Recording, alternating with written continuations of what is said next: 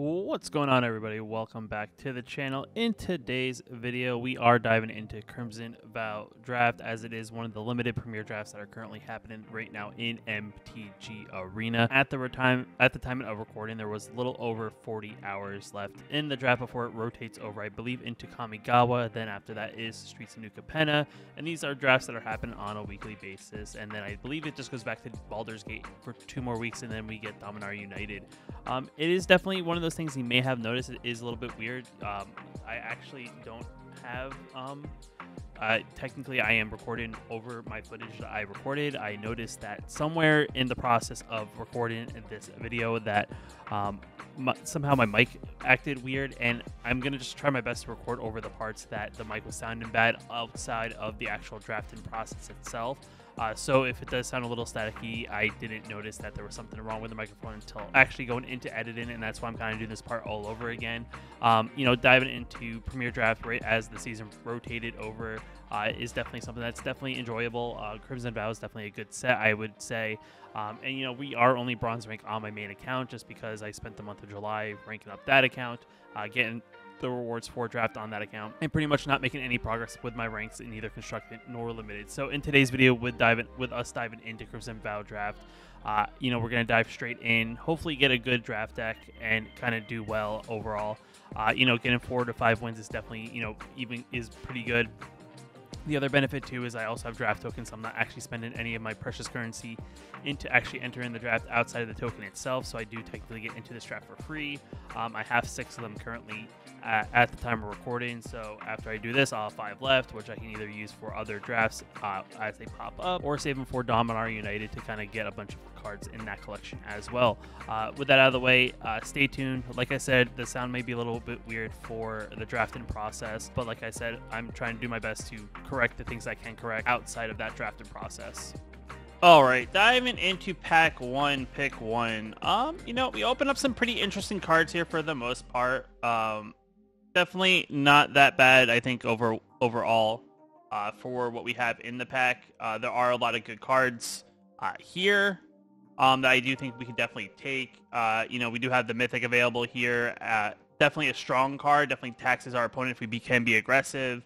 We also have the Voltic Visionary, which is definitely very good. 2 mana, 3/1, deals 3 damage to ourselves, and we exile top of our library. If we can play that card actively as a sorcery, and then we play the exile card with it, we get to transform it into a 4/3 that can't block.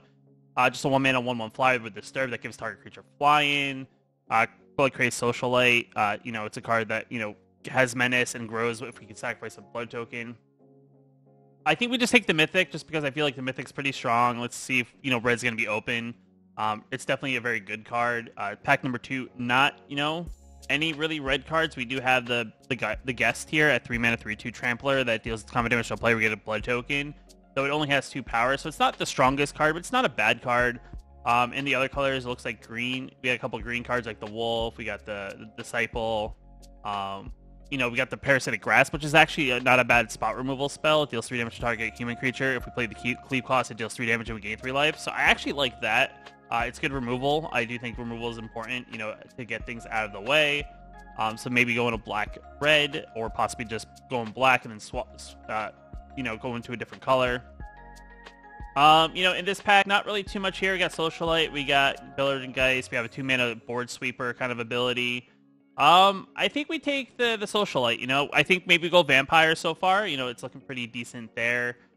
Pack number 4 getting passed to us. Not really too much in the way of what's available. There's a little bit of blue here, some counter spells, a creature, but nothing really that's good for what we're going deck-wise. We could take the Pointed Discussion if we want to commit into black. We could also take the 3 mana 2/2 Warrior that enters battlefield. Target creature gets +2/+0 into end of turn, so you can pump itself. I think we take the combatants, in this pack just because it is kind of in our color wheel. This pack is definitely amazing just because it does have a lot of black cards, also our red cards, and has Gift of the Fangs, which actually is not a bad pump spell, and also kind of removal for small creatures. But I do think you take the combatants. It's a 4 mana 4/4 menace, and enters battlefield to get 2 blood tokens, which is definitely very good. So you get a way to draw cards, which can be really good in the end game. This pack, not very good. A lot of blue cards that just don't work with what we're trying to do. I mean, the Scab is definitely very good at 3/5. whenever it exploits a creature. Target owner puts target creature on top of or bottom of their library. Not bad there. Wedded Invitation is not bad. We can sacrifice it. Target creature can be blocked. If it's a vampire, it also gains lifelink. So if we go vampires, it's not bad. Take another combatants. It's an okay aggressive card, but I do think that's probably the best card there, just because the fire flame breathers. We're not playing a lot of non-creature spells. We're trying to be more of the aggro deck. This pack, okay, we do have some black cards which definitely work. Squire is not bad. Discard a card. It can instruct one to turn, tap it. If there are 4 or more creature cards in the graveyard, we get to transform it into a star based upon how many creatures in our graveyard. Gift of the Fangs, yet again, pump our vampires. Gluttonous Guest. Every time we sacrifice a blood token, we're gonna get some life. So I think it's a toss-up between one of these 2 cards. The Weird Prisoner is not really, it's okay as a good blocker, but, we're not really playing werewolves for the most part, so I think it's Gift of the Fangs or this. And I think I take Gift of the Fangs as being the card that we want. So definitely, overall, not bad so far, color-wise, and what we got that kind of works with what we're trying to do so far. I think everything, for the most part, outside the Daybreak combatants are, vampires, which is good, and we have, we have 1 removal card. Here, it's a toss-up. Most of the cards here in the top end really aren't what we need. We got Courier Bat, 3 mana, 2/2. When it enters the battlefield, if we gain life this turn, we turn up to 1 target creature card from graveyard to our hand, so a good way to kind of get something back. The only thing we really have right now, though, to gain life is the Grasp. So not really a whole bunch there. The Epic here is just a 1 mana 1/1 that deals 1 and get a blood token, so that's actually not bad if we want to be a little bit aggressive. So I think we take the Epic here just because it's a creature. I don't think that, the bat is something that we could probably get later in the draft, just because it's something I do think that will probably pop up again, just because it is a common. So this pack gets passed around. Socialite is left. We already have 2 combatants, so I think the Socialite is the one we want. I don't remember seeing this pack, but we got Bat, we got Farmer, and we have Ritual.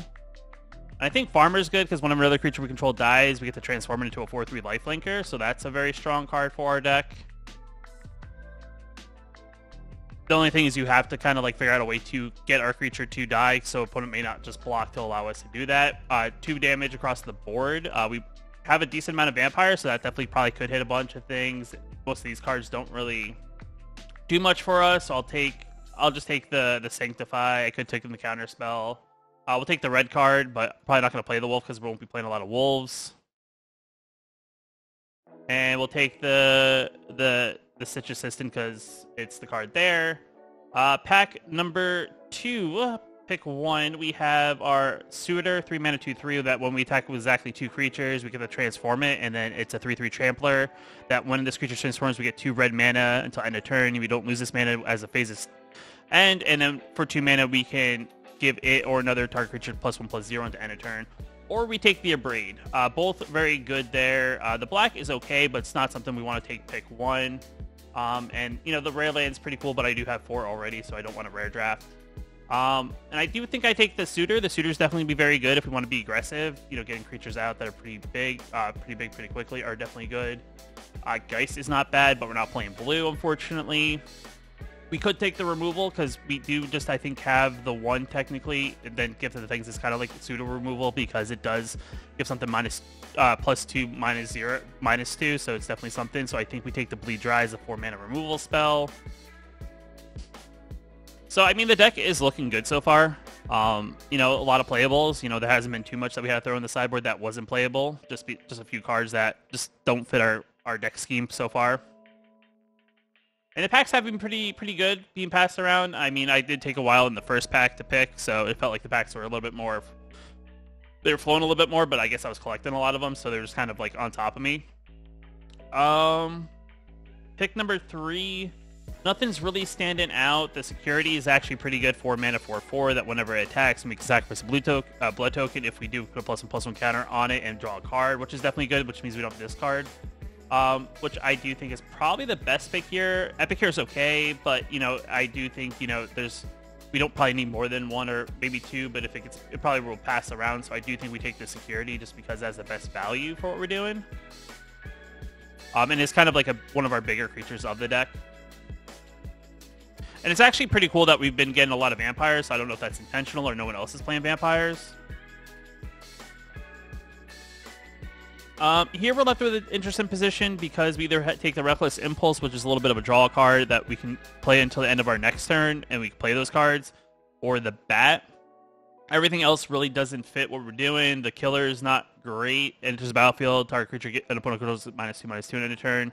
If the opponent controls no other creatures. So it's not amazing, and it's only a 4/2, so it's definitely very susceptible to like chump blocking.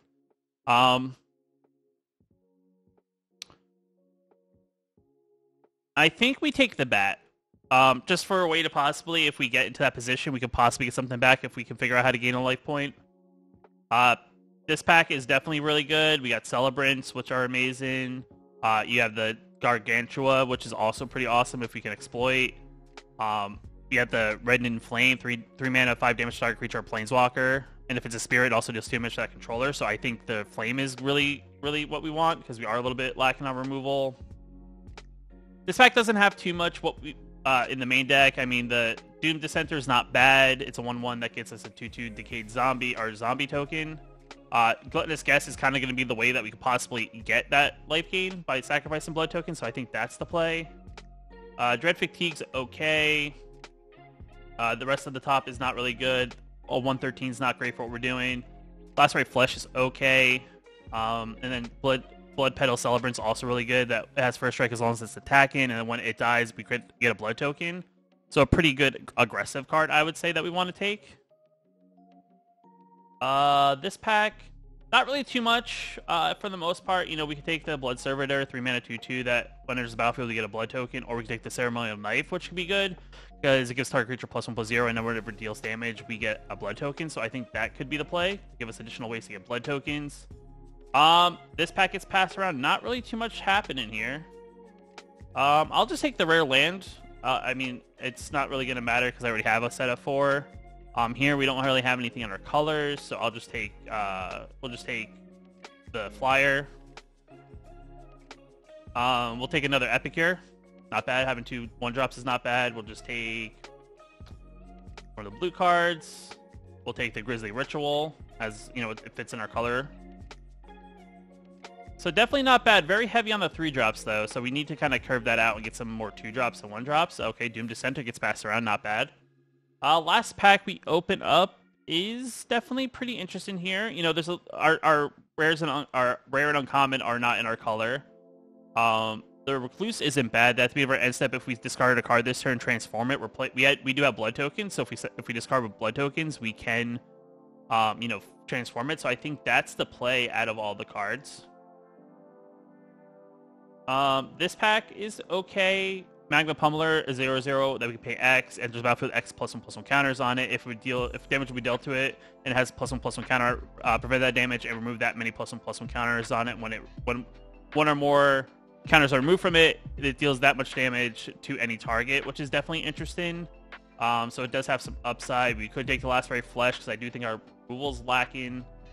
The Gargantua is not bad either. Let's take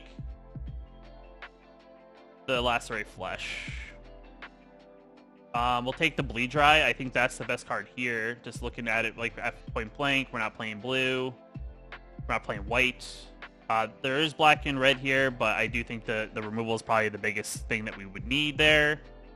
There's another Bleed Dry that we could take, which is actually not bad. Bloodseeker is not bad. Being for end step, if we gain life this turn, create a blood token, sacrifice 2 blood tokens, transform it. It becomes a 3/3, which is really, really good. I got the Markov Retribution, 3 mana. Target vampire deals damage to it. I think it's between these two. And I think we take the Bloodseeker, because I think that's another good card for the deck. It's a 2 mana card as well.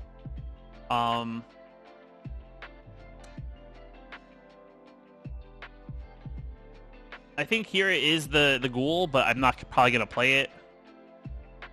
Here is either the Socialite or the Suitor. I think we take the Suitor, just because it is a 3-drop, and I do think it has better upside if we can get it to flip over to the other side of being a 3/3 with the pump ability. We have the Gluttonous Guest. We have Belligerent Guest. We also have the Gargantua, which could be a decent removal creature. which I think is probably what I'll take. It's a good way to sacrifice a creature and exploit, make our opponent sacrifice a creature, which we could, always get rid of a creature that we have. Celebrant is really good. Blood Fountain's really good. So I think we take the let's take the Fountain. Let's take the Fountain as a way to get things back if things die. I guess we take the Ritual. It's a very expensive removal that we probably won't play, but it's removal regardless. So if we feel like we're not having enough playables, the Magma Pummeler came around, so I guess we'll get that. It's not bad as like a mana dump. We'll take the Scab, even though I'm not playing it. We'll take the Retribution because we are playing a lot of vampires. It's definitely not that bad. It deals damage to a thing. We'll take the Wedded Invitation. And the last card to come around is Siphon. All right, so definitely I feel like a very strong vampire deck for the most part. We do have a couple cards that aren't vampires. We get a lot of Vault Progress, which is cool. I don't know how far we are. We do have a pretty decent, Draftsmith ranking from what we picked to make like a decent Rakdos deck, so we're over 1,000 there. All right, so we do have 50 cards in the deck right now, which we have to trim down. I'll remove lands for now, just kind of see what we develop. I am gonna take that removal out. Blast Rate Flesh. We'll move the Bleed Dry. Rendon Flame. I guess the Vengeance is technically removal. Parasitic Grasp is removal.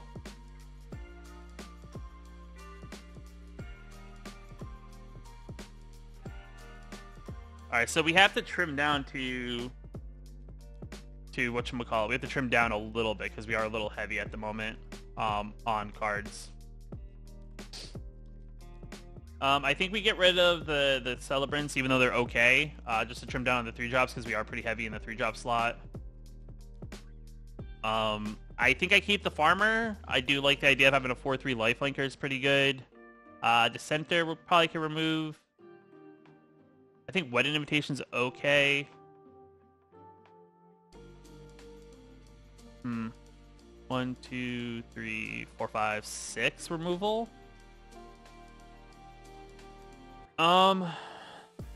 Retribution. Oh, that's technically removal as well, so that's 7 removal spells.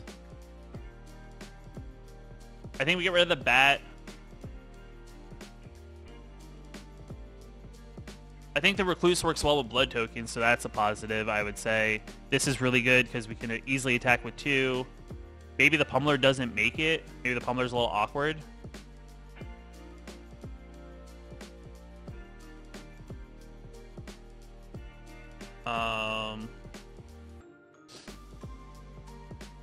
What's our curve right now? 5, 6, 7.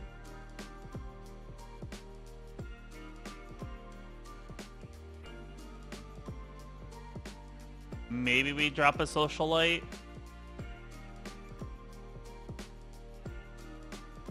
And maybe we drop the Invitation. I mean, it has okay upside with it drawing a card when it comes in, and then the other upside is that it makes a creature we control not be able to be blocked, and if we get to Vampire, we gain life. But, it's not a great card. I think this is what we play, and we only play 16 lands, I think, is probably what's good here. We'll play a split of 8 and 8 is kind of what I think is what I'm thinking. So we will get some Crimson Vow lands. So we'll get these nice. Well, these aren't Crimson Vow. We'll get the Crimson Vow ones. So 8 and 8, I would say, is the right way to go, and then we'll grab red. Thought I hit red.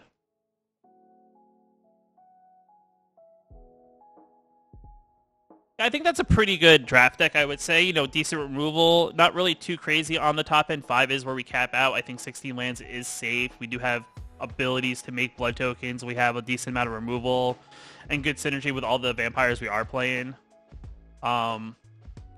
Worst case scenario, if we have to, between the game, if something doesn't feel right, I can always go back into the side and maybe remove something out. Maybe we get rid of the Vengeance. Maybe that doesn't feel right and we just replace it with like a 3-drop or a 2-drop or something. Just kind of make the deck feel a little bit better. Maybe I'll do that. Maybe I'll just kind of swap that out, put a Socialite in, remove the board wipe. I feel like there's ways to make a lot of tokens, but at the same time, too, I don't know. Let's kind of see what Draftsmith recommended based on what I did and kind of see what they changed. So they're saying add another swamp, add another socialite, remove the blood fountain, and remove the knife. Oh, and remove the last ray flesh. So they're trying to go more of an aggro aggressive.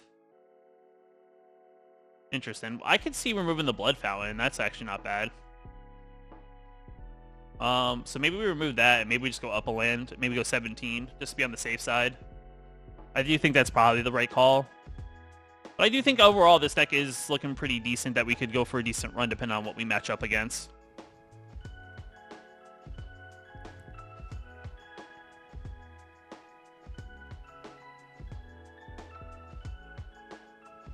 All right, so we go into game number 1. Overall, the hand is pretty good, what we have here. As you can see here, we do have 4 lands, we have an Epicure, we have a board wipe, and we also have Last Ray Flush, so we have decent removal, we have an Epicure, and we're on the draw, so hopefully we can draw into more threats. I would say this is a pretty keepable hand, you know, in limited, you know, it can pick up steam, we do get a blood token, we do deal 1 damage with the Epicure, so everything that we see here is definitely pretty awesome to keep in this you know, in this draft.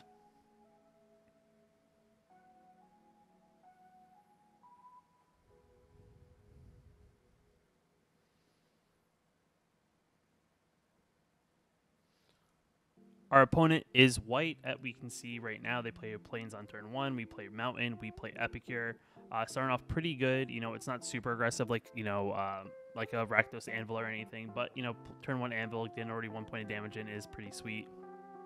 Opponent plays second land. They play Vampire Slayer, which is a pretty good counter against our deck. We don't really have a follow-up, so we decide to say go. This is that part, you know, I do have 5 lands in hand. I do have my blood token.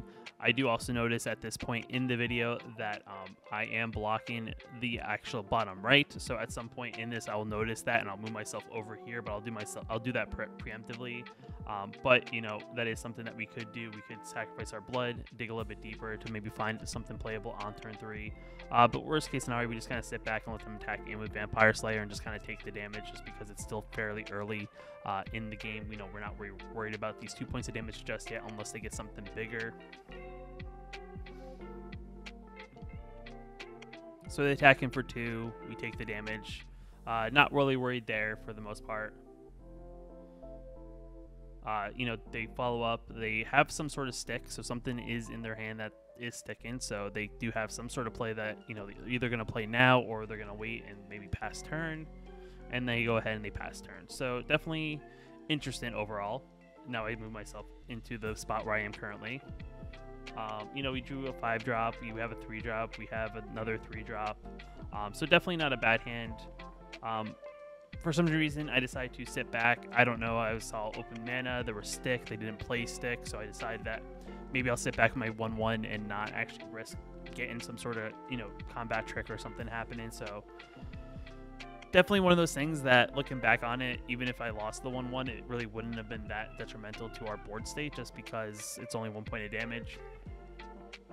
But, you know, still, yet again, it's not a big mistake that is really going to, you know, make or break the game until you get to that late game state and you're like, oh, if I only did that 1 additional point of damage now, or at this point, would be where it factors. They attack him for 2 again. You know, we're not going to block. They say go. Okay, so they go. We draw, we get an Epicure. We attack in for 1 at this time because they're just playing it slow. If they want to use a combat trick on a 1/1, they can go ahead. We decide to play another Epicure, which is good. You know, doing another point of damage, not really falling behind, gaining some blood tokens. So now we can cycle blood tokens if we want to get that additional damage. We also have removal open with the Vampire's Vengeance. So if they play something else to go along with their 2/2 that we can kill for 2 points of damage, that'll be pretty sweet. They go ahead and play Torrens. Definitely a good spot here to play the 2 mana removal before they can really get in, you know, with any sort of, you know, getting additional tokens when they play creatures. So we go ahead and we play Vampire's Vengeance, trying to negate the attack while also killing the Torrens.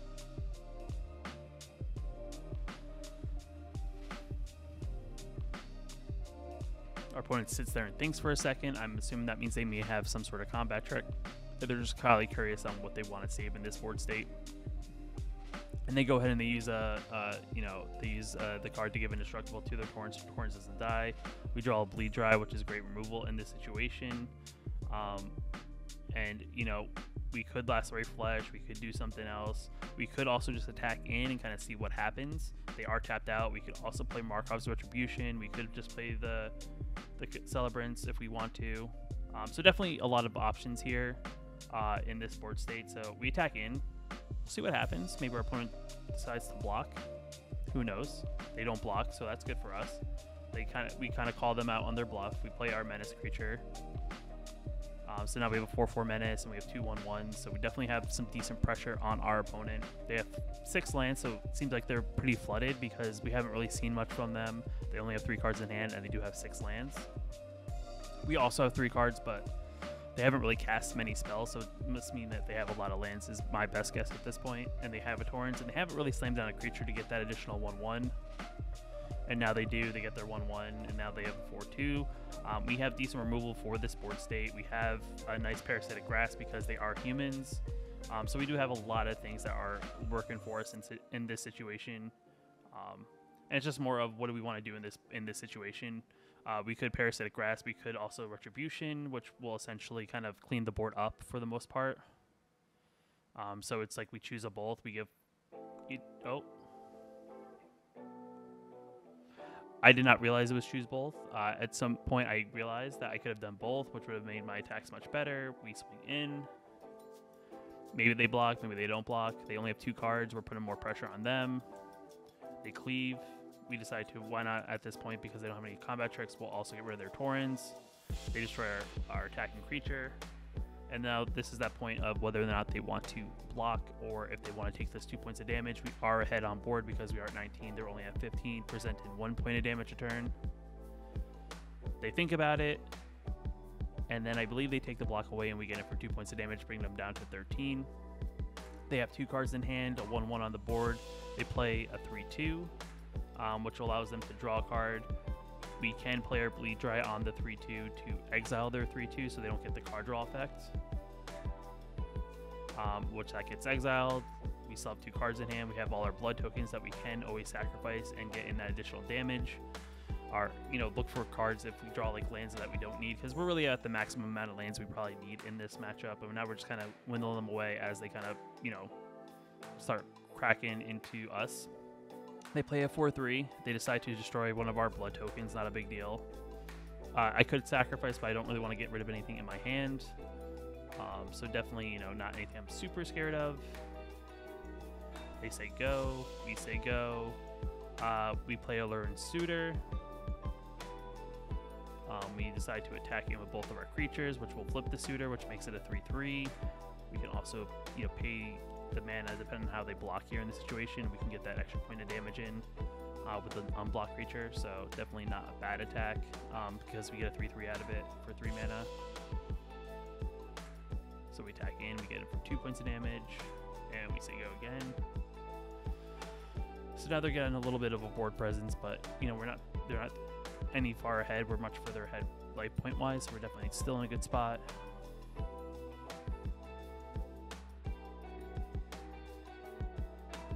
And I guess our opponent's thinking on what they want to do in this situation because, they have a 4/3. They play this Supernatural Rescue, which taps up to 2 target creatures we don't control, though it doesn't really matter in this state. If they attack in, that's fine. So now they have a 5/5 and a 1/1, and that's kind of like their board state for the most part. So it's not, anything super crazy. They attack them for 1, leave them back to 5/5, which isn't terrible. We get another land. This is something that I could use for my blood. I could Last Ray Flesh. I could play the Socialite and kind of say go, and then save up, till next turn and kind of just say go again. We have 5 blood tokens. We don't do any attacks. We sit back. It's not a turn that we want to attack into a 5/5 because they don't really have any good tricks. They play their 2/2.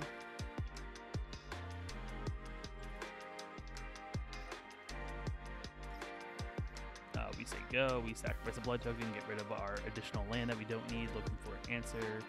We get a Guest and a Ragged Recluse, both good in the situation because that one makes a 3/3, this one makes a 1/4, so both we can play. So we can't actually sacrifice and actually, play the Recluse. We decide to leave 2 red mana open, in case we want to attack. So we decide to attack him with a 5/5. We just sacrifice a blood token. So we gain a life point.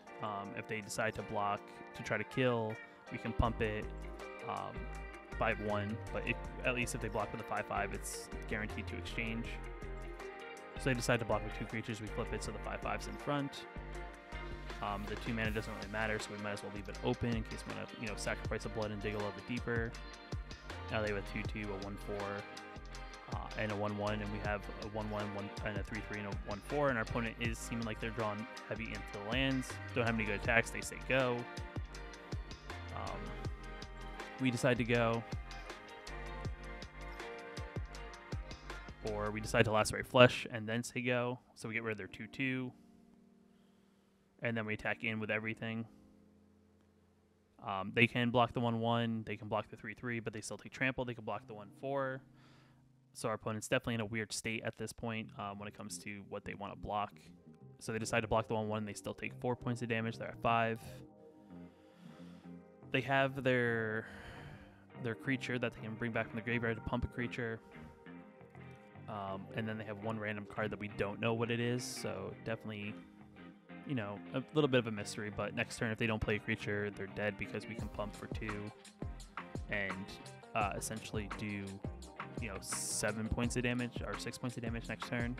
If they're at 5, they play their Glorious Sunrise, and for some strange reason they decide to play target land gains 3 green mana until end of turn. They could have gained 3 life, which could have mattered, but they decide to make additional mana. And they look at the card in their graveyard, but it's not a creature, it's an enchantment, so they can't do anything. And we just kind of wait until they decide to say go and let us attack, pretty much for lethal.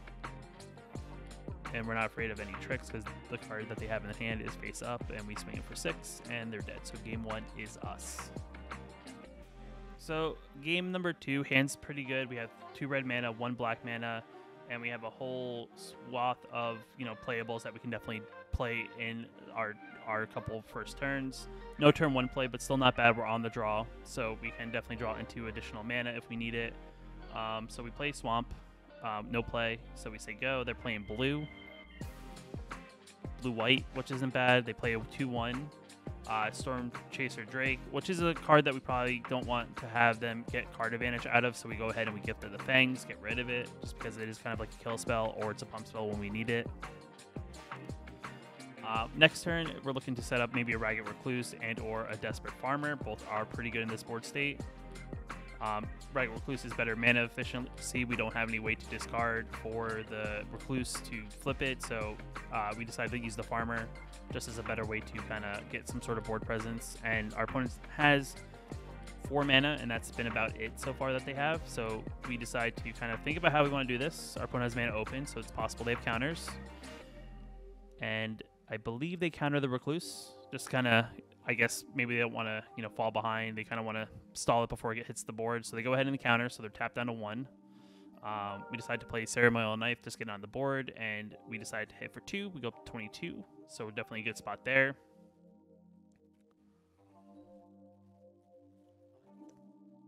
Our opponent has 5 mana. They play a Quartermaster. Doesn't put any counters on anything because there's no other creatures to put counters on. They're tapped out now, which is good for us, and it's either between the Gargantuan or the Celebrants. We decided the Gargantuan, and I believe we actually decide to sacrifice the Gargantuan so it flips the creatures. So now we have a 4/3, and we gain 4 life, so we're at 26. So definitely in a good position here for us because we can attack him pretty aggressively. They play an Unholy Official, so it's a 1/2 that they can pay 4 mana or 5 mana and pump it. And now they also have a 3/3 that now puts a counter on another creature they control. In this position, we go ahead and we equip onto our 4/3, so we deal damage. I could have also held back, would have made the blocks awkward.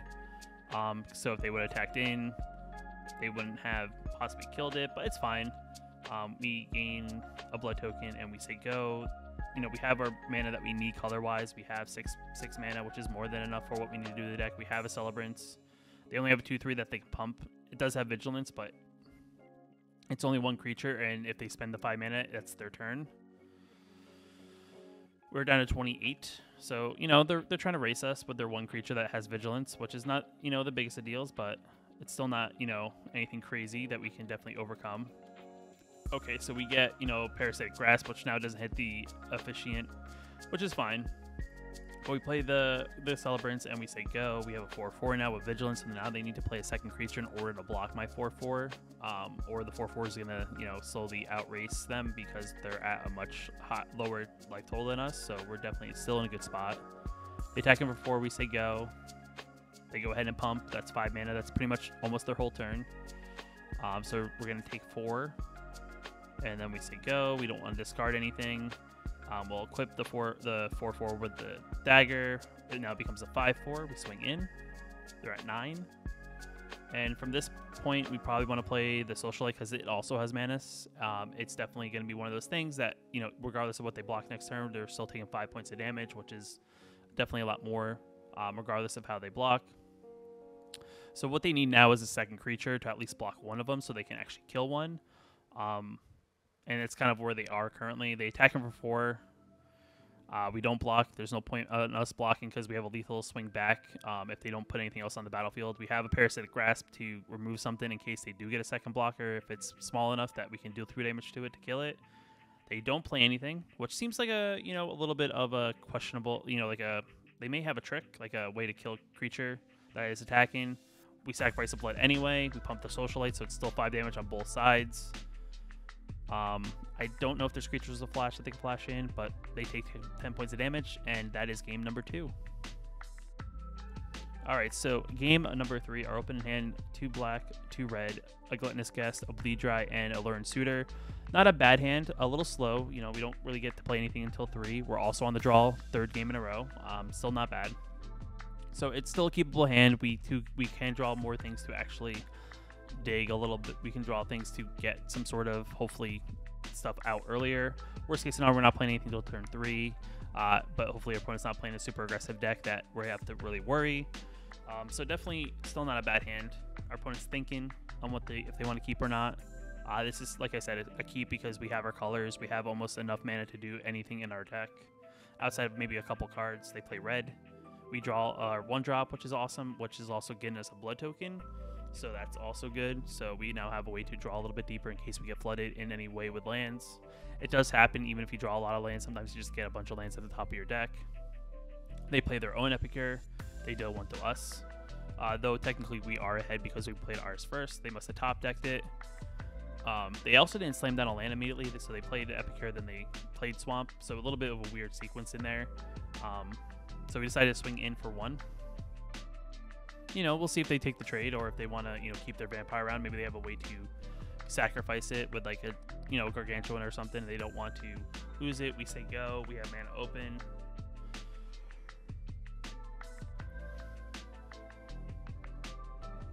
So they main phase sacrificing blood to dig and discarding a land to possibly draw something that maybe is playable that they play now, or they maybe have something later. I don't really know. But they get another red mana source, so they look like they're getting flooded a little bit. So that's 4 lands that they've already shown us that they have. And right now it's either between the Suitor or the Guest. We play the Suitor because it is a little bit more threatening, even though it is susceptible probably to a little bit more removal that could exist, possibly in red and black. They play their 4th land. They go to second main. It sticks. It's like they played land, they go through with combat, and then they go to second main for some reason. I don't know why. They look at our Suitor. And they're looking at it, and they decide to use Anger to draw a card, which is fine. You know, it's one of those things. So this is that thing where I have a Vengeance, and it looks like they're playing Vampire colors. So it's definitely one of those things that, you know, Vengeance may not be playable here just because if they play Vampires, I'm not going to be able to use the Vengeance to remove Vampires. But we still have decent removal based on the board state. And they do have creatures that they can play, like they have another Epicure they top deck, and they have another 3-drop that they can also play off of their Reckless draw spell. So they play their Epicure. decently efficiently using mana. They still do 1 damage to us. They get a blood token, which is good. They can discard a card and dig a little bit deeper. They have their 5th land, which, that means that they've shown us, I believe, 6 lands so far. We decided to get rid of the Vengeance because that's not really going to do anything here. We'll gain a point of life. We'll also draw a card. And I guess our opponent's also on that idea of we'll also be on the, the blood, drawing, discarding.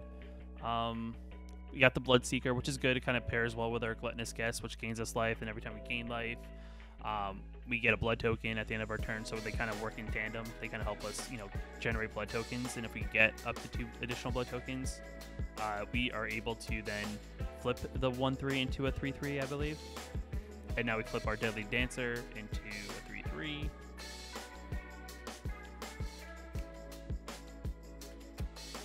And I guess they're thinking about whether or not they want our trigger to resolve. But they do. We decide to pump our 1/4 so that it's also aggressive. So now we're attacking it for 6 against their 1/1. And this is a matter of whether or not they want to block in this situation, which you could lead one way or the other, and depending on how you feel. They go ahead and they say they take 6, so they leave their Epicure out. So maybe they have a play that they want to sacrifice their vampire with like an exploit ability. And we discard one of our lands. We have more mountains than swamps, so we discard our extra mountain. We gain a life point. We get to draw a card. We get our Gargantua.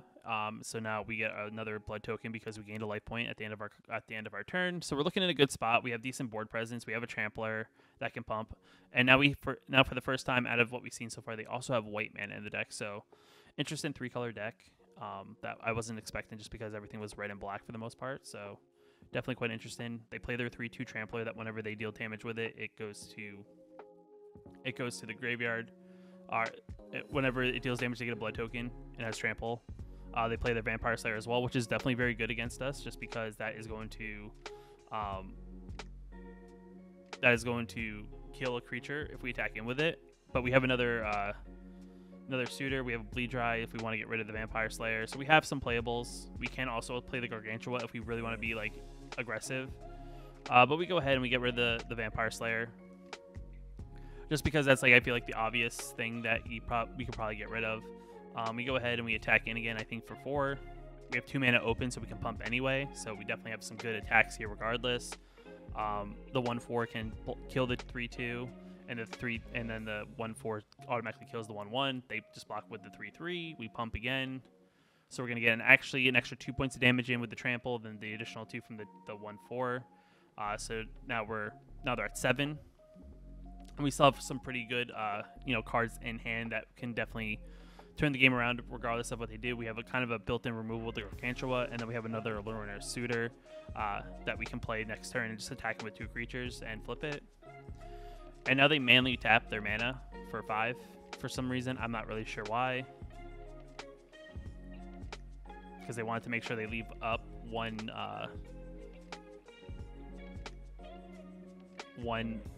black mana. I don't know. And they sacrifice a Gargantua for some reason. And I decided to just flip, sacrifice the Berserk, the Bloodseeker. It seems interesting. I guess maybe they didn't understand what Exploit did. But they decided to sack their own creature, and now they're left with a 1/1 against a 1/4.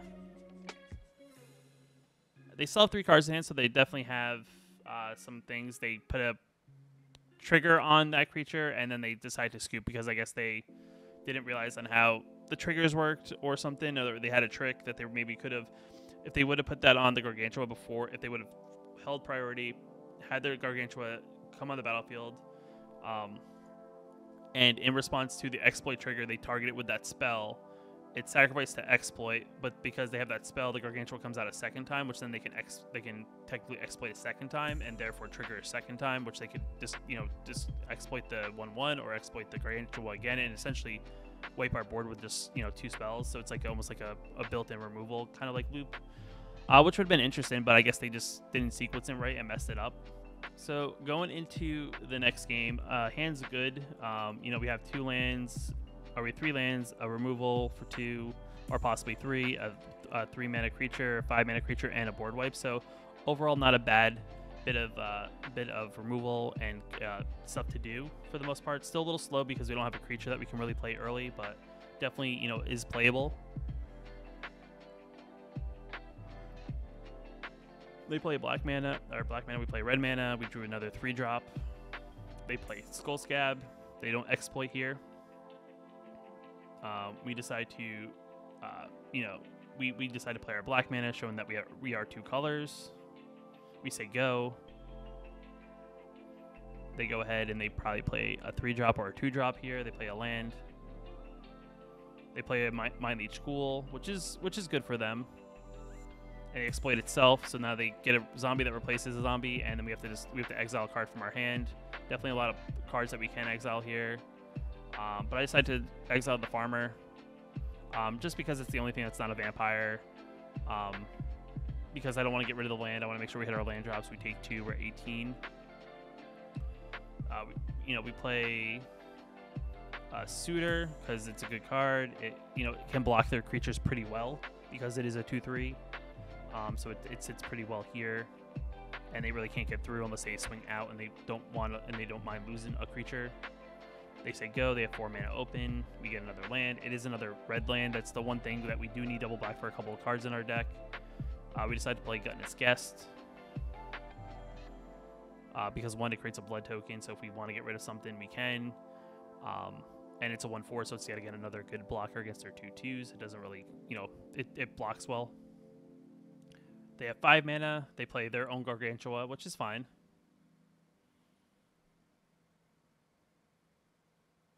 They decide to, kill their 2/2. We decide to, remove our 1/4. Not really underneath a bunch of pressure. We still block pretty well against their 2/2. We get our Cemetery Gatekeeper, which isn't really helpful in this situation just because it is a 2/1 for a striker. We can also play our other Suitor, so we have double Suitor out. We are a little bit mana screwed at the moment. So it's definitely one of those weird things where we could do one or the other. We could also even just draw, with a blood token if we wanted to as well.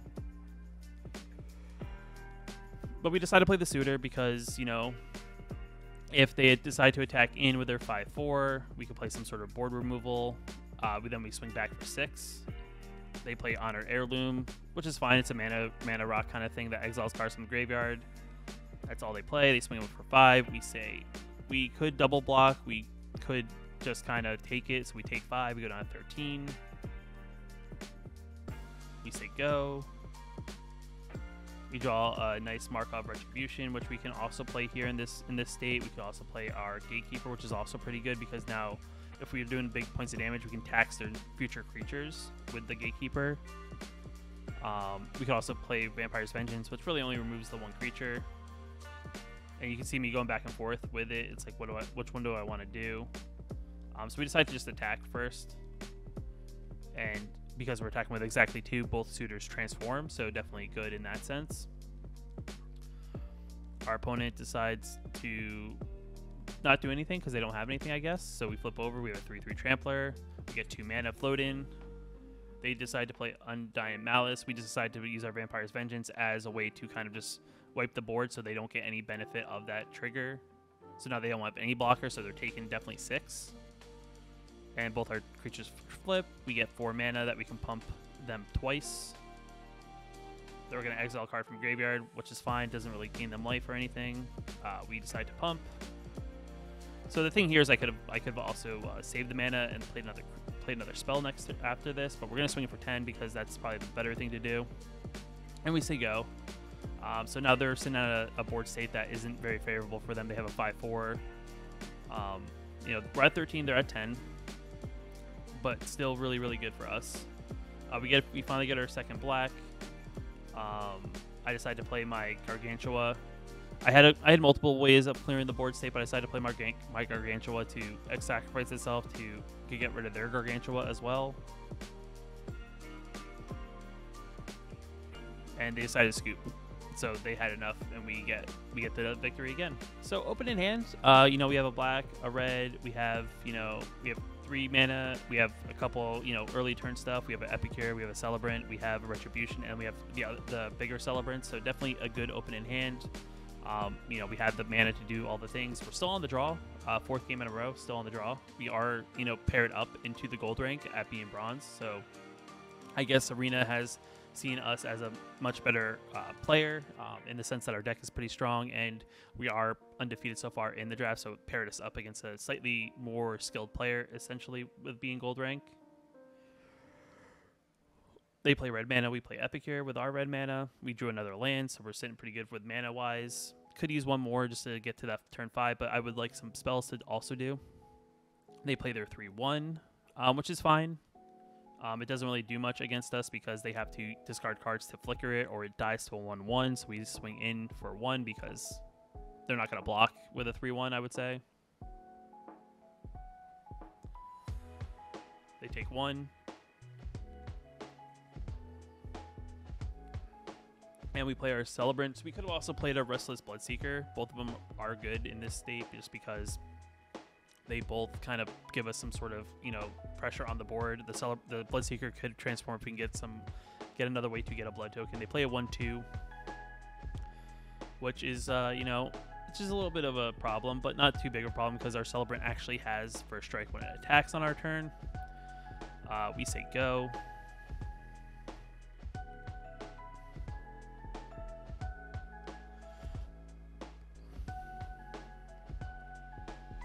Our opponents hold in priority, so they must have something, or it's just a trigger for Fleeting Spirit if they want to remove it from the battlefield. They're definitely on the clock. It's also could be that they're roping us for some reason. I'm not really sure why. It is this third turn. They're tapped out, and they have a 3-1 and a 1-2, and we only have a 1-1 and a 2-1. But the rope kind of goes on for like a minute, so I'm just going to skim ahead until they actually do something. We swing in. It's possible that our opponent disconnected, so they don't block. So either they disconnect and they're trying to get back in, we swing in, we play second Epicure, and we decide to play our Bloodseeker, which is, you know, getting board presence. We have enough blood tokens, we flip Bloodseeker, so now it's going to flip over to being a 3-3, which is great, which now it has a drain built in. They play a 2-3 Menace, and they play a Traveling Minister, which is, you know, perfectly fine. You know, they got some board presence. They're not going to attack in because they feel like they don't have good attacks. We could play our Retribution here if we want to get rid of the creatures.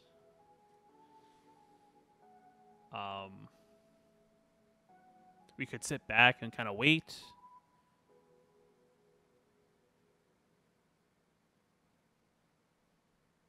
I mean, in reality, they kind of have good blocks here.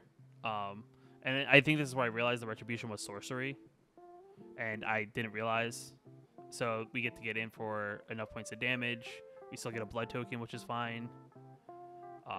They really didn't block with all their creatures. They could have, you know, easily cleaned up the board a little bit if they wanted to, so it's not like super pressure. But we decide to draw and discard, so we get rid of our bigger Celebrants to get a land, which is fine because getting 5 mana is good because that allows us to now use the drain ability of the Blood-Soaked Reveler. It has a 5 mana drain 2, gain 2 kind of ability, so definitely good there.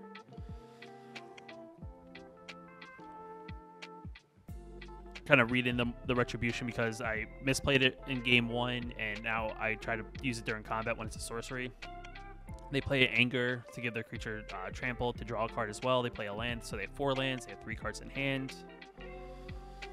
In this state, they could attack. Also, they could put a +1/+0 on their villager, but that would tap down 2 creatures. They have a 1/2 that eventually flips over if they get that third lore counter on it. They play a 1/1. And because I guess they made a decent board presence, they're going to, you know, pump it by 1 and swing in for 4. Which is kind of interesting, right? Like, if I had a removal that I'm just tapped down and I can't play, it's kind of an aggressive attack for being behind. We get Gift of the Fangs, which is good for us because that means we can either attack him more aggressively or kill one of their creatures that are in our way. We go ahead and we get rid of...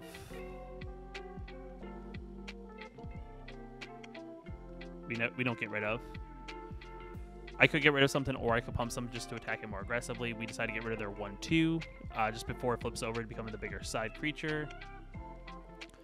And now all they have is a 1/1 and a 3/1. We decide to go ahead and play Retribution. We get to do both, giving all our creatures +1/+0, and the ability to deal damage to target creature based on its power. So we get rid of the 1/1 double striker, because now our creatures in general, if we swing out, attack very well into their 3/1, which doesn't block very well against most of our creatures. Even our small creatures will still kill it, which is good. And this also makes them having to possibly chump block and discard if they don't want to lose their 3/1. But they go ahead and they actually, they chump block and they go down to 1. So definitely good there. We gained a life point. We get a blood token. So we still get to get that loop going. They play their Pummeler, which is a 3/3, which is good. Another blocker. We don't really have too many threats to really get through their wall technically right now, but we do have an ability of tapping 5 mana and draining them for 2, and then gaining 2 life. They can gain a life point, but it's not really going to matter at this board state just because they're at 2. We can just drain them for that last point of damage, and we do. And game number 4, 5, I don't even know what game we're on, but we get the victory yet again. So paired up yet again, we get a hand that's not very favorable. It is all black mana and a mixture of red and black spells. Definitely something we could have kept. We get another hand. We're on the play, so this is where we don't get the draw, and we decided to keep a hand where we have some black creatures and 2 red mana, just because we do have a decent early turn if we can get 1 additional mana. So we decided to get the Epicure down. Has the ability to draw us a card if we don't really find the mana that we need. I believe this is a game where we really got kind of locked in our mana colors. We didn't really get a bunch of mana in this game, so it really hurt us, like being able to play a bunch of things. We swing it for 1, maybe they swing, maybe they chump block, who knows. We play our Ragged Recluse just because that's going to give us a little bit of pressure on them. They play their second land, they swing in, we don't block because I'm not going to block into a creature that's going to pump and kill my creature in the process, and it will stay alive. They play a 2/2. And then we decide to play our 2/3. And we swing in, because maybe they don't want to actually block this. And we think about pumping, but then we're like, wait, let's kind of see what they do. If they block the 1/1, we can pump the 1/1 and still kill the 2/2. So we'll kind of wait and see what happens. And they decide to, exchange, and that's fine. And I decide to pump the 1/1 because that's, that works as well. So I still do 2. They're down to 16. We're at 19, so we're still in a good board state. They have 3 mana, just playing green so far. No other colors. We say we're good. We'll let them hit us for 1. Let them follow it up with the thing. We get a removal spell. We got mana. We didn't get our mana color that we needed. So in this board state, with them being tapped out, we're gonna Rend in Flame. We'll kill their creature. We'll swing it for 4 points of damage to go down to 12. So even though we're mana screwed, being only at 3 mana, they only having green so far, definitely, is okay for us. It's not the greatest, but it's still okay. We get another land, which is fine. It is another red. Not the most ideal. So we decide to swing in, I believe, with everything. Or not. We hold back and see if they want to trade. It's just a 3/3. And they don't do anything, so that's good for us. They're at 9, we're at 18, still in a good position. It does go to night, which is kind of one of those things, if I think about it right, like I know this is one of the games this is my first loss of the draft. Do I play the Vengeance there so it doesn't flip to night and now they get a 3/4 vampire? It's definitely one of those things that, now looking back on it, it's probably something I should have done differently. Our opponent's touching all the cards at this point. I guess they're trying to do all the math. And I play Spiked Ripjaw, which is a pretty good weapon at their state. It's definitely something they want to be aggressive. They can put it on something. They decide to equip it. We decide to wipe the board. So they just kind of spend the mana and they don't. It's an empty equip. We say go. We get a Gluttonous Guest, which is not bad. We swing in because we are open to swinging in. We could have possibly pumped. Got an additional 2 points of damage. That 2 points could matter, but definitely, not something that we need because, we're kind of ahead. But if they kind of jam up the battlefield, we're kind of in a position that we really can't come out of, per se. They play another creature. It's a 4/4. Definitely still really, really good for them. They now have a 7/7. We only have, you know, a 3/3 that can pump a little bit, and we say go. Unfortunately, we get a ceremonial knife. Not really the greatest. At this point, it's like one of those things. It's like I really need a land. A land would be really good here because that allows my celebrants to get in. Probably should discard the knife. At this point, that's another misplay I think by me. We get another security. We don't have double black. I decide to play the knife. Kind of a weird plays by me, I would say overall. Not great plays because we're not really doing anything to change up that board state. They're still in nighttime, and we're not really playing enough spells to flip it. And our opponent does have something that they can be very aggressive with, and they block pretty well against us. So it's definitely one of those things that, you know, if we probably play a couple things a little differently, maybe we hold on to those cheaper spells, maybe we flip it to daytime and things aren't as scary, but definitely right now it's super scary for us as this game goes on. So they tap in for green mana or red mana, you know, tapping things down, but now they're, you know, getting a board presence of big things. At this point, we really want to make sure we somehow get to nighttime or to daytime, so everything flips back over. We get a land that's not going to help us. We decide to discard it. At this point, we're just really looking for any one of our removal spells, which would definitely be very beneficial to us. We get a Celebrant, which is fine. You know, just getting some things. Maybe go a little bit wider. You know, or just to throw things in front of things. We don't attack yet again.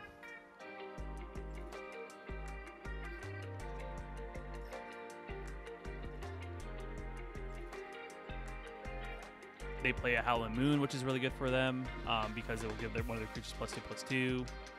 So definitely good for them.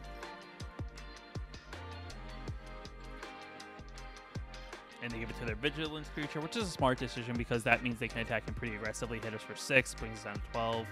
We don't block the first one because if we get just a little bit of removal on our draw or something, we could get through that wall. Like if we get one of our things that are things that gives -11, it's going to help us, you know, get through. We get a Gargantuan, which is fine, but we got to draw another Black Source, which is not ideal.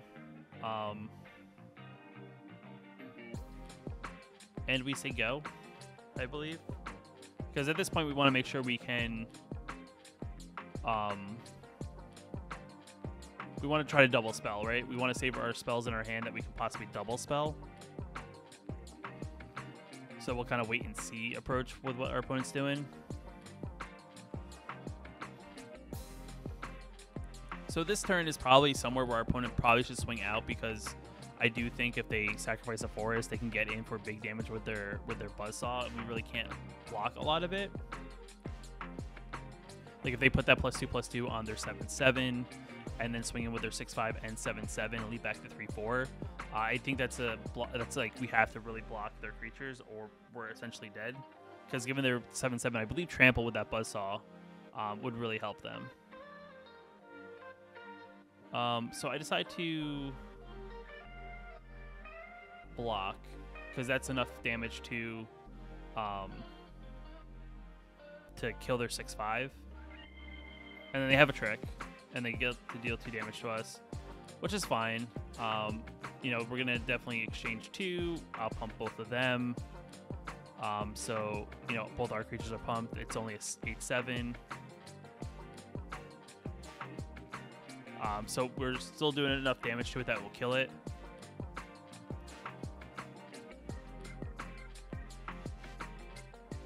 And they play another Massive Might, which is good.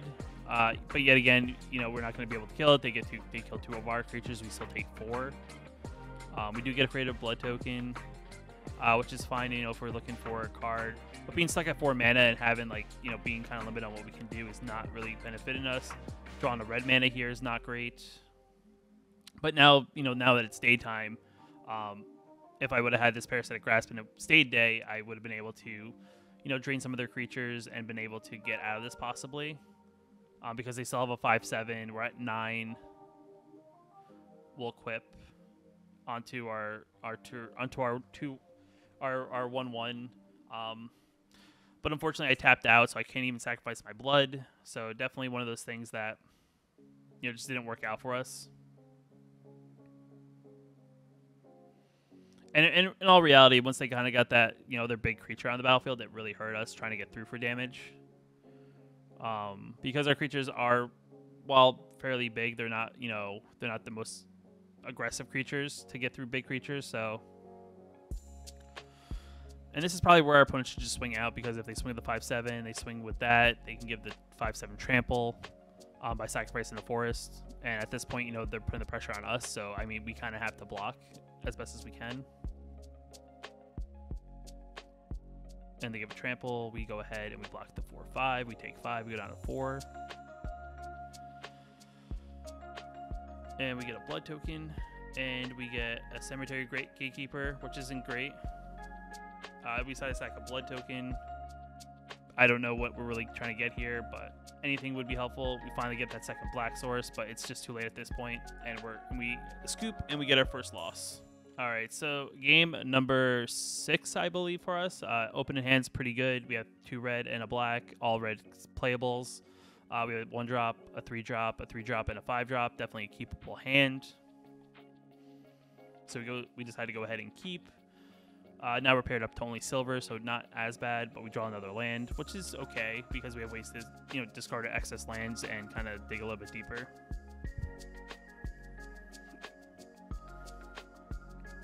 We get a swamp. We swing it for 1.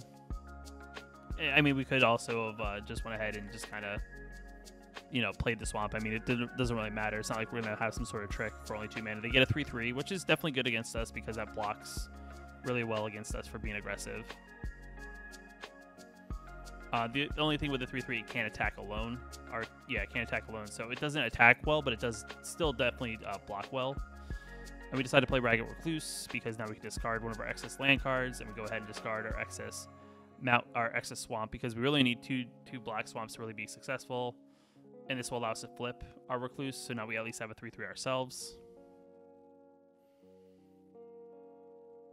And they play a Circle Confinement, which is good. They get rid of our 3/3. We don't really have any way to remove enchantments, so it's definitely pretty much a permanent removal for us. We play a land. We play Epicure. We play a Suitor. And then next turn, if we attack in with 2 creatures, even with our 1/1s, we'll be able to flip the Suitor, which is good.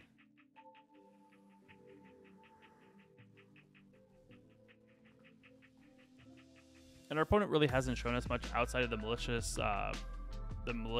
and the enchantment and a bunch of lands. So I don't really know what our opponent's doing, or if they just are there a deck of combat tricks. So definitely, an interesting combination of cards, I would say. And they play a Scab, which is good for them, and they can exploit if they want to, but they decide not to, which is yet again perfectly fine. They have 1 mana open. We could Lacerate Flesh to get rid of a creature and then swing in and still flip our creature, which kind of cleans up the board. We could just go ahead and play Big Celebrants. The Vengeance doesn't do anything in this board state just because it only does 2. I actually go ahead and flip just to kind of see what happens. We do have double red open, so if they decide to block the 1/1, we can still pump enough that we can actually kill 2 things with 2 creatures, even though it's not the scariest, and they go ahead and do so we go ahead and double pump, which is definitely good for us because we kill 2 creatures. We still left with the Epicure, and they're down to 15, and we say go. Definitely a little bit of an aggressive turn. They get a 2/5, which is good. They can still block very well. We don't have removal. Our Lacerate Flesh only does 4 points of damage. So it doesn't kill the Scab, and they play a Radiant Grace, which now gives their creature +1/+0 and Vigilance. So yet again, a good card for them in this board state. So it definitely stalls out the game a little bit. We play Desperate Farmer, I believe, or we play Celebrants, one of the 2. Celebrants is good here because it can attack through. Unless they play another blocker, we're looking pretty good here. They swing it for 3. I believe they get a card draw. Oh, they don't get a card draw. I'm thinking of a different card. This is the card that gives them the card draw, which is something that happens later. They have a 1/1 and a 2/2. And also Fleeting Spirit. So they remove their whole hand. So the one misplay I make here is that you'll see in just a second is I play the Desperate Farmer first, and then I play the Vampire's Vengeance. I kind of forgot that this is not the farmer is not a vampire, So sequencing could have been differently because I, in the process, killed my own creature with my own spell. If I would have done it differently, I would have been able to play the Vengeance and then the Farmer. But still not that bad. You know, we're still being able to race them up a little bit better. We can attack them with 4 vigilance, and they're only swinging it for 3 in the air. 3 in the air, so definitely racing them better. But now they are able to draw a card every time they deal damage. So you know they're getting ways to possibly deal with what we have on the board. So definitely, you know, not something we want to really be. They just tap out. They draw a bunch of cards. They play a land. They say go. We decide to sacrifice a blood now, kind of dig a little bit deeper because we got a land that we don't really need. We got Alluring Suitor, which is good. Yet again, another thing I could have done differently is I decided to only attack him with my 4/4 and leave the 1/1 back. I could attack him with the 1/1, sacrificing it just to flip the Suitor, so next turn I could attack him a little bit more aggressively. Probably something, looking back on it, I would have done differently. Now they have a bunch of mana. I think they have a total of 8. They're swinging it for 3. Which is, you know, yet again, they're still dealing 3 damage to us. So if they find any sort of way to deal with any of our creatures, we're not in a good state. They play a Vampire Slayer, which is good. And they say go. We draw. We get Gift of the Fangs, which is one of those things I could have put on my Celebrants, or I could put on their creature to kill a creature. So I decided to put it on their big bird in the air because it's what's giving them cards. Kind of a risky play because if they have a counter spell, I have to tap out, and there's no really good way for me to remove it. So I go ahead and I Lacerate Flesh and Gift of the Fangs to remove it, so they don't have a creature in the air to attack with, and they lose all the enchantments. And I get some card that makes all my creatures on the battlefield tap, which is kind of interesting. But yet again, we have good attacks here. I decided to attack in with my 2/3, so it flips, because then it gains trample and it still attacks over their 2/2, just trying to get that additional points of damage. We gain that 2 mana. We go to blockers, kind of wait and see what they do. More than likely they'll block what they can, because they'll kill it in the process. And they have a Fierce Retribution, which is, you know, something I was expecting them to have just because it's a deck of that kind. They block the 3/3. We decide to pump our Epicure just to pump the the creature, so then we deal 4 damage to them, or 2 damage to them. They're at 5, so definitely still looking okay. They haven't really played too much. We swing them for 1. You know, at this point we're just pinging them for 1. I could sacrifice the Gargantua, but I decided to just decline and, you know, keep the 5/4 out because it puts more pressure on them. They play a Fleeting Spirit, which is good. You know, yet again, they can discard cards. They can, you know, make it flicker off the battlefield. I top deck a Rend Flame, which then forces them to have to discard a card in order to save their Fleeting Spirits, and they don't have any blockers. And essentially, that is good game for us. Definitely a little bit of a grind. You know, we were both in top deck mode. It seemed like, even though they seemed to draw a lot of cards, they just didn't have a lot of answers to deal with our board state. They must have drawn a lot of lands, and now we swing it for 6 for lethal, and that is the game. Next game up, opening hand is pretty good. We have all 2 double black. We have a red. We have an Epicure. We have a Grasp, a Celebrant, and we have a Vampire's Vengeance. So definitely a very good curve. They're playing black as well. We decide to play our black mana. We swing it for 1.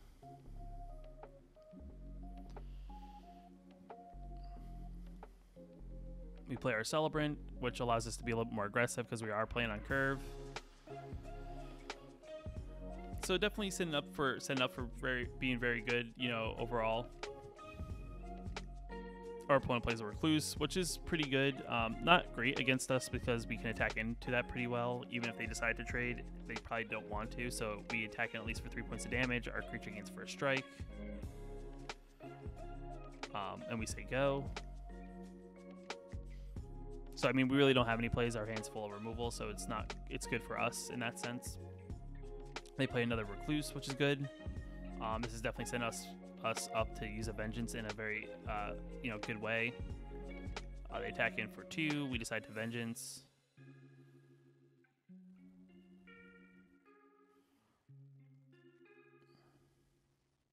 They think about it for a second.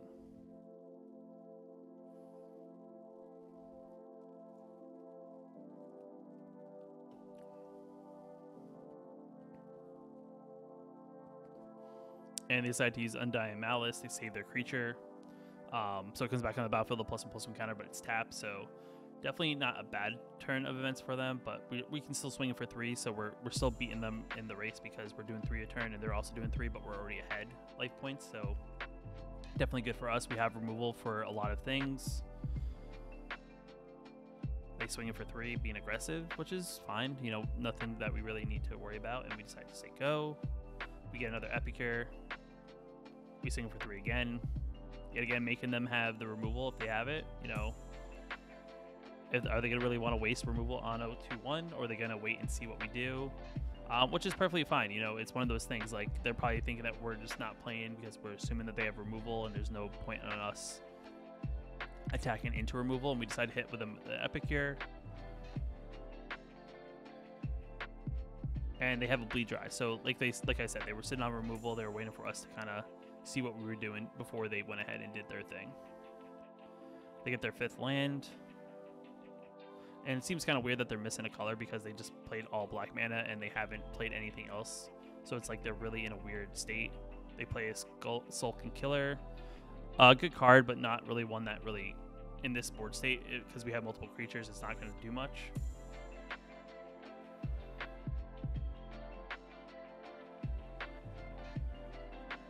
So they decide to pick a creature. It does nothing. They go to attacks.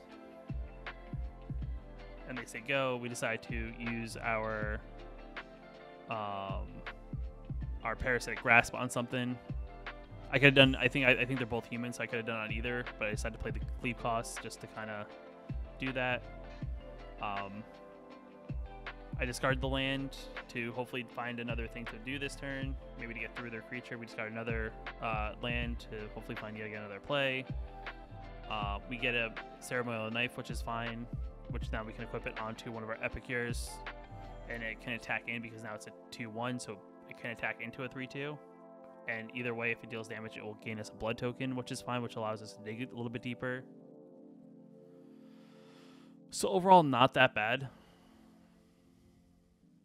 Our opponent plays a Persistent Specimen. Definitely not a bad card for them, but because it does block very well against our things, because it's a way to get through. In this point, I decide to, make both my creatures bigger. I could have just made the one bigger, and they have to kind of like chump block it over and over again. But I decided to make them both bigger, which is probably a misplay by me, just because now they trade pretty evenly. Or in this play, I shouldn't have attacked with both, left one back, and then kept the other one, other one until if they decide to block, kind of thing. Because now they get their creature back. So if they have any sort of way to exploit or do anything like that, I kind of set them up. And now we have no board states, so they're ahead essentially in creatures. And they play Mind Leech Pool, and I believe they exploit here, which allows them to get rid of our last card in hand, which is a Bleed Dry. So definitely a weird sequence of events, which kind of, I feel like, turned the game around for us, even though we do have blood tokens. We kind of lost our steam at this point. We get a land, we decide to discard it to hopefully find an answer to do something.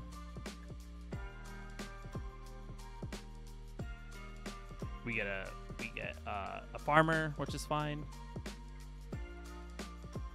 We can put a knife on our farmer to make it bigger. On our next turn, they play their skeleton, get it back. They play a guest, which is also really, really good because now they can gain life whenever they sacrifice blood tokens. So now, like I said, the momentum has kind of changed. Like, they didn't play too much. And also very surprising that they were able to pull off a mono black deck, because I would say this is a multicolor format of at least 2 colors. But it looks like they are another color, but they just haven't drawn that color, which is also very strange. So we discard to draw. We get a Bleed Dry. Definitely an interesting play here. We decide to say go and say end turn. Just because there's no good attacks. I could use Bleed Dry, but I kind of want to wait and see what they do. They were able to play Socialite, which is a card that I want to get rid of just because that will eventually kill me. And, our Bleed Dry doesn't look super great here in this position. We're not going to block. There's no point.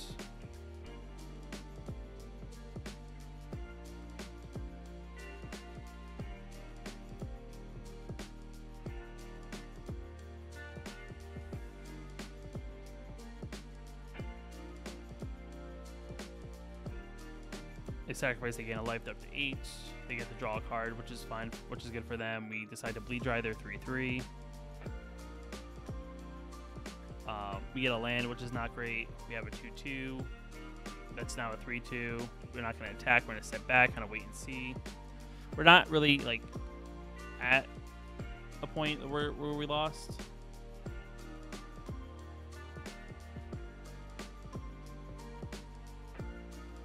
And they play their creature. They must have been holding like all game. That's probably why they kept the hand, probably without it. So they can sacrifice another creature or blood token. They can essentially deal 2 damage, gain 2 life. So definitely not looking very good here. We got double land. Can't really attack into this very well.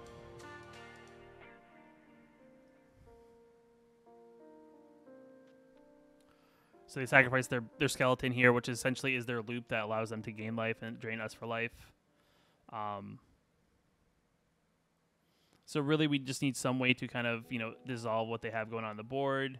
Just kind of seeing what I have in my side, in my deck left that possibly could get rid of their creature. Don't really have too much. They have an Abrade, which is not good for us. So now they're attacking him for 6. We have no blockers. We're down to 10. We get a Rend in Flame, which is probably the best card we had left in the deck that gets rid of their 4/5. I believe they go ahead and they sacrifice the blood. They drain us for another 2. They gain 2 kind of thing. But at this point, we're definitely like just in top deck mode. And it's definitely going to be tough for us to come out of this. Just because we really don't have any like super explosive like cards at the top end. Like our top end is like 4 or 5. And in reality, we are just kind of under pressure at this point from what they have going on.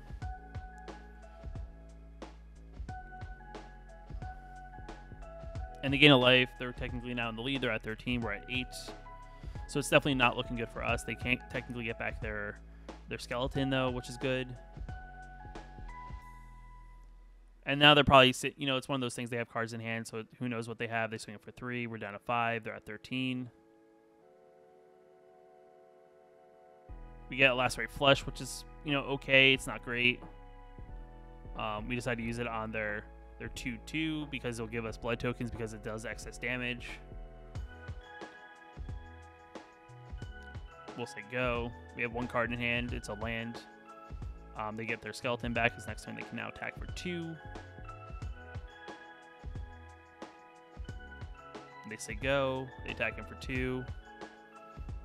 We sacrifice the blood, get rid of the land in our hand to hopefully find something that we can play.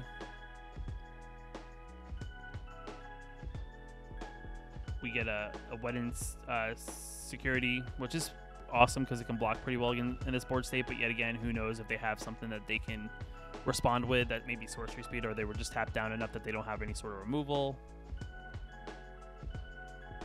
And they have a Gargantua that they were probably sitting on, I think, and they were just waiting for us to play a creature.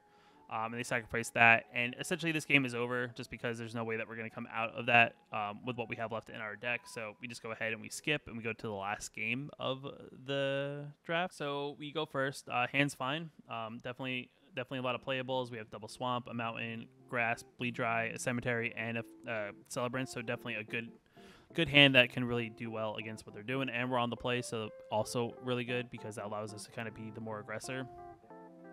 The Cemetery Gatekeeper is not great in this situation because we have nothing in the graveyard, so that's not really why we want to slam it on turn 2. We kind of wait and see what they do, that we can now do something like a Parasitic Grasp. Now follow it up with, like, say, something like a Cemetery Gatekeeper. And now we can, make every creature now play at this point cost them life. So this is kind of what we were trying to set up, which now we're in a good spot. They are also playing a lot of green. They look at our Cemetery Gatekeeper. They're probably like trying to figure out, like, what are they going to do about it. We're a little bit mana screwed. We have only 3 mana, but we have playables. So if we can draw that additional mana, we can definitely do pretty well. We play Geist. We're going to take 2 points of damage from our own creature, kind of show them what the card does.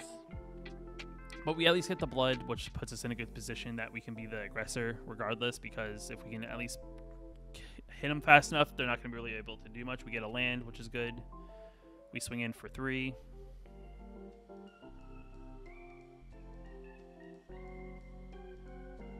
And we say go. I mean, we could have played like gifts on our own creature and got a little bit more aggressive, got those extra points of damage in, but we kind of want to wait and see what they're doing, really, to kind of figure out how to counteract. They play a 1/1, which is not a big deal. They say go, we get a creature. And then this is where I decide to pump my creature, because now my creature gets +2/+2, and it has first strike, so even if they pump, my 4/3 is going to be bigger than it.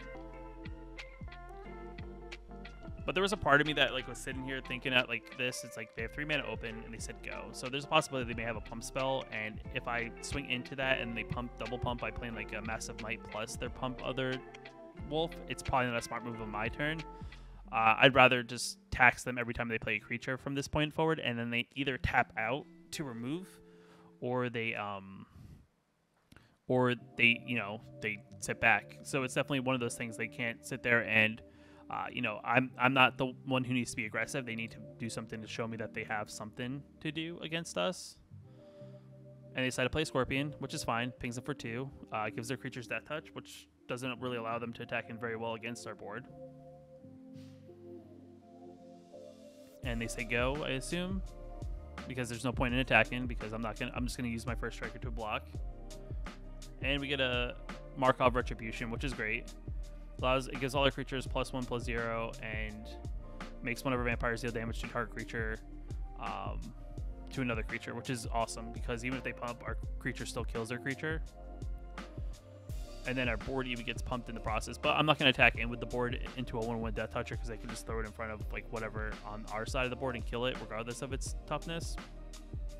So I'm just going to swing it for 5, because our 5/3 still can attack into a Death Toucher very well because of the first strike. So they decide to take it. They go to 6, which is probably not something you would want to do against a Cemetery Gatekeeper, because now every creature you play is essentially putting you closer and closer to 0. And that's really only 3 creatures if you can't remove the Cemetery Gatekeeper. So if I put you in a point where you're at like 2 life, you're pretty much dead unless you have some sort of remove the Gatekeeper directly. Alright, they say go, and I again decide to swing in for 4. This is kind of putting the pressure on them. I could have Bleed Dry and swung in with everybody for lethal, but yet again, who knows? They could have tricks. They do have 4 mana. It's possible they have a way to give card hexproof or pump it enough. So definitely something that I'll just swing into and kind of wait and see. I can respond to whatever they're doing, and then Bleed Dry the creature. They go to blocks. They go to Wolf Strike. I then Bleed Dry. So this is kind of where I'm kind of waiting for those tricks to kind of see what they may be doing. And now they're at 2. So unless they have some sort of way to remove a creature directly, they're essentially dead at this point, because any creature they play essentially kills them. And they are a secondary color, and they finally drew it on, I guess, turn like 6 or 7 of the game. And unfortunately, our opponent's now just, I guess, thinking about what are their options, but they really don't have any. It's just pretty much concede, because you really can't put anything out on the battlefield to confront us. And their Heron of Hope essentially kills them, because him casting it or them casting it deals 2 damage to them, and they're dead. And we are back to the screen. Here you see that we did get our 7 wins with our deck, which is definitely awesome. I was not expecting this when I made this video. I was expecting maybe 4 or 5 wins. It's kind of my typical expectation in draft, just because that's pretty decent, overall progress. We went 7-2, which then nets us a whole bunch of gems, additional 6 packs. Saving up these gems for, Dominaria United is definitely good. We're now 5,825, 8,975 gems. Completed 2 of my 3 daily quests. Made progress on both my weekly and daily, which is definitely fine. We got a pack of Baldur's Gate from the Master Pass, and also 6 packs of Crimson Vow, which is good. And this is all really, at the end of the day, just additional wild cards that we can use even if we don't play Baldur's Gate, so definitely good there. And then we open all 6 of our Crimson Vows, and we get a rare and a mythic wild card on top of an additional wild card from the 6 wheel, which is awesome. And I guess there's a card I didn't own from Crimson Vow that I got my first one of. Who knew? I thought I owned a pretty good chunk of Crimson Vow, which I guess I'm at 93% of the whole collection, if you can see it in my bottom right hand corner. But that is the draft. I mean, I did fairly well. I did really well, I think, overall than I was expecting. Definitely made a lot of progress on the account. You know, this is day 1, I would believe, of the new season, so definitely awesome. But if you guys like these style of videos, let me know in the comments below. If you like the video, hit that like button. If you're new here, you want to know I post new videos on the channel like this one, hit that subscribe button. Until next time, I'll see you in the next video. Just want to give a special shout out to the channel members here on my YouTube channel. You can also become a channel member yourself down below the video, hitting that join button. It definitely helps out a lot, and I just appreciate you guys for your support.